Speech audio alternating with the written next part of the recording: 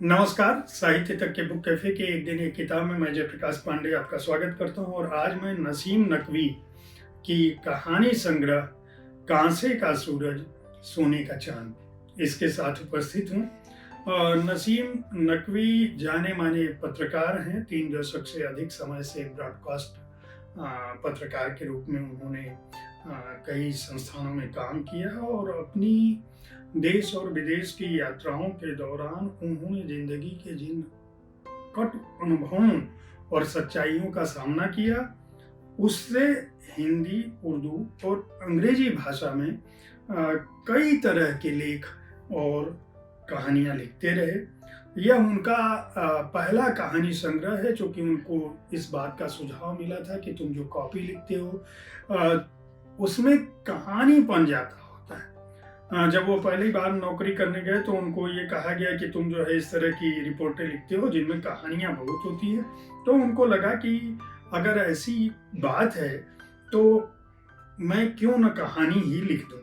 तो 30 साल से अधिक का समय गुजारने के बाद उन्होंने कहा है कि इस कहानी संग्रह के माध्यम से उन्होंने ठंड के जानलेवा मौसम में गर्म चाय के कुल्हड़ से गर्मी चुराने की कोशिश की है और भीषण गर्मी में गर्म कप से गर्मी को मारने की कोशिश कर रहे लोगों के जीवन में झांकने का प्रयास किया है। इस पुस्तक में हर तरह के चेहरे हैं, जो सड़क से होते हुए, 5 स्टार होटलों से होते हुए, ड्राइंग रूम और पेट्स से होते हुए, राजनेताओं की जिंदगी से होकर, जो भी जीवन अनुभव नसीम नकवी ने अपने जीवन में पाया पत्रकारिता के दौरान, उसको इस कहानी संग्रह के अलग अलग पात्रों के माध्यम से रखने की कोशिश की है। इसमें उनकी कुल 15 कहानियां हैं, जिनका शीर्षक है गमार,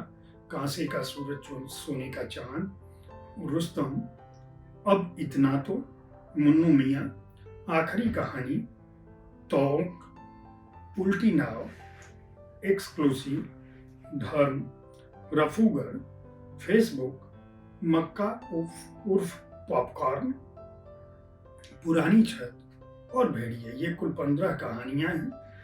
मैं कुछ कहानियों के बारे में बता दूं। ये कहानियां कुछ बड़ी कहानियां भी हैं, कुछ बहुत ही छोटी कहानियां हैं। जैसे कांसे का सूरज और सोने का चांद कहानी की ही बात लें तो इसमें जो नायक है वह बहुत पैसा कमाने लगा है, विदेश चला गया है, शादी हो गई है उसकी, पारंपरिक परिवार है।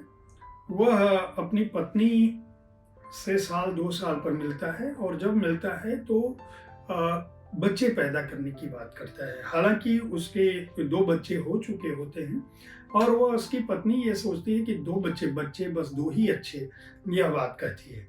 लेकिन जो नायक है वह चाहता है कि एक तीसरा बच्चा भी पैदा हो और वह इस बात के लिए पत्नी को मनाने की कोशिश करता है और कहता है कि अभी तो छोटा जो अभी बेबी पैदा हुआ है वो दूसरे बच्चे के पैदा होने के दौरान भारत में होता है।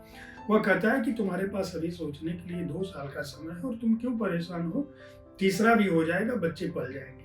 उसको ये समझ में आता है, उस लड़के को लगता है कि ये सामान्य घर की आई हुई लड़की है, इसको हमने इतनी समृद्धि दी है, इतने बड़े परिवार में रह रही है जहाँ पैसे और सुख सुविधा की कोई कमी नहीं है, ये अपनी जिंदगी का फैसला कैसे कर सकती है, इसका काम है घर को देखना, बच्चे पालना। वह लड़की इस बात से मतलब सारी सुख सुविधाओं के बावजूद उसको अपनी आत्म पहचान की भी बात नहीं होती, लेकिन उसको लगता है कि शरीर मेरा है, ये कष्ट होता है। और जब वो आता है 2 साल बाद और वो बच्चा पैदा करने की कोशिश में जुटता है और महीने भर की छुट्टी के बाद चला जाता है और वह सोचता है, अमेरिका से हर दिन जब फोन करता है उसको लगता है कि ये खुशखबरी दी, और जब कुछ नहीं घटता इसके जीवन में तो उससे रहा नहीं जाता है और अंततः वह गुस्से में भारत आता है 4-6 महीने बाद और वह उसके ऊपर चिल्लाता है और उसके सामने फूट पड़ता है और कहता है कि मुझे समझ में नहीं आ रहा है कि तीसरा बेबी क्यों नहीं होता। तो वह लड़की जो नायिका है वह एक बात कहती है कि बात सिर्फ इतनी सी है राहुल, कि निरोध केवल दिमाग में नहीं लगता, यही शब्द उसने ताना दिया था कि तुमने अपने दिमाग पे निरोध लगा रखा है क्या, यानी तुमने अपने दिमाग को बंद कर रखा है क्या। और इस बात से वह चिढ़ जाता है और वो कहता है कि तुमने मुझे धोखा दिया। तो वो कहती है कि धोखा नहीं दिया, धोखा नहीं दिया, आखिर मेरे शरीर पर मेरा भी अधिकार है, मेरे शरीर पर तुम्हारा अधिकार नहीं। इसी तरह से जो आखिरी कहानी है वो ये है कि 17 साल की एक लड़की है जो अपने नानी के घर जाती है और उसको पहली बार ऐसा होता है कि उसको नाना के साथ सोने से मना कर दिया जाता है, क्योंकि जब से वो पैदा हुई जब भी वो नाना नानी के घर जाती है तो नाना के साथ ही रहती है, जब बचपन से उसको जो भी ख्याल है, और नाना उसके कहानी सुनाते हैं और हर साल कहानी सुनाते रहते हैं। जब 14 साल की होती है तो उसको पता चलता है, नानी उसकी डांटती है कि तुम अब बड़ी हो गई है, तुम अब नाना के बिस्तर पर मत सो, उनसे कहानी मत सुनो। इसको बड़ा ताज्जुब होता है और वह परेशान होती है और उसको उस समय सोने नहीं देते हैं, बहुत जिद करती है और नाना से शिकायत करती है नानी, तो कहते हैं कि ये मेरी दोस्त है, इसको सोने दो।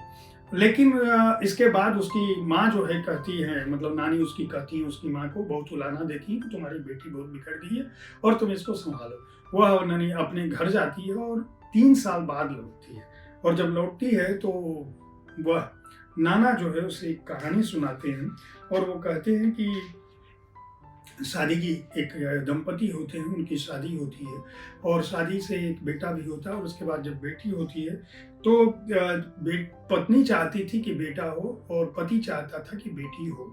और इसमें जब बेटी होती है तो उसकी पत्नी जो है उसको पालने से मना कर देती है बेटी को, और उस आदमी के जिम्मे आ जाता है कि वो उस बेटी को पाले।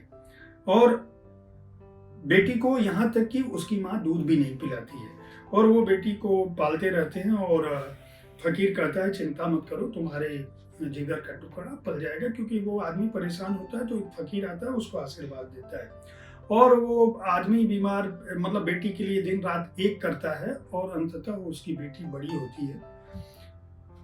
और बाद में जो है वो फकीर, उसकी माँ जो है कहती है कि बेटे की का देहांत हो जाता है, जो दूसरा बेटा, जो पहला, मतलब एक पति पत्नी के जो 2 बच्चे होते हैं, बेटे का देहांत होता है। उसकी माँ कहती है फकीर को मैं जिंदा नहीं छोड़ूंगी, क्योंकि इस बेटी बीमार हुई थी, जाना इसको था, चला मेरा बेटा गया।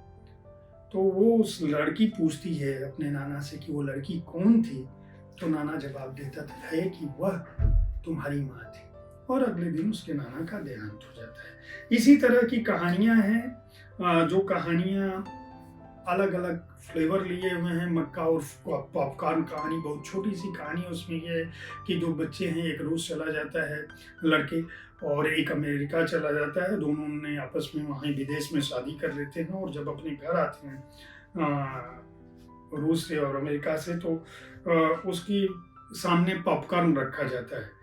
तो जब भारतीय पिता कहता है कि पॉपकॉर्न, तो वो अंग्रेज औरत कहती है कि ये मक्का है। रूसी औरत पूछती है कि आपको कैसे पता, रूसी औरत का शौहर पूछता है तो अंग्रेजी में बोलती है जब तुम्हारा भाई अंग्रेज बन रहा था तब मैंने ये सीखा था कि ये मक्का है। तो इस तरह की छोटी कहानियां भी हैं, बड़ी कहानियां भी हैं। ये कहानियां आपके मर्म को छू सकती हैं। अलग अलग रुख की कहानियां हैं, अलग अलग पृष्ठभूमि की कहानियां हैं। बोधि प्रकाशन ने इस पुस्तक को प्रकाशित किया है। मूल्य 150 रुपए है। पृष्ठ संख्या इस संग्रह की है 104। 15 कहानियां हैं। अगर आप मीडिया जगत से जुड़े हुए नसीम नकवी की उन कहानियों को पढ़ना चाहते हैं, जानना चाहते हैं, जो हमारे तथाकथित आधुनिक हो रहे मध्य वर्ग के जीवन पर आधारित हैं, उनके अनुभवों पर आधारित हैं, तो इस संग्रह को खरीद कर पढ़ सकते हैं। उम्मीद है साहित्य तक का यह एपिसोड आपको पसंद आया होगा। इस कार्यक्रम में आप किस तरह की पुस्तकों की चर्चा चाहते हैं, इसके बारे में अपनी राय से हमें जरूर अवगत कराएं। हमारी कोशिश होती है कि विविध विधाओं की पुस्तकों के साथ आपके पास पहुंचें, ताकि आपको अपनी पसंद की पुस्तक चुनने में आसानी हो। कल ठीक इसी समय ऐसी ही किसी एक पुस्तक के साथ मैं फिर मिलूंगा। देखते रहें साहित्य तक। धन्यवाद।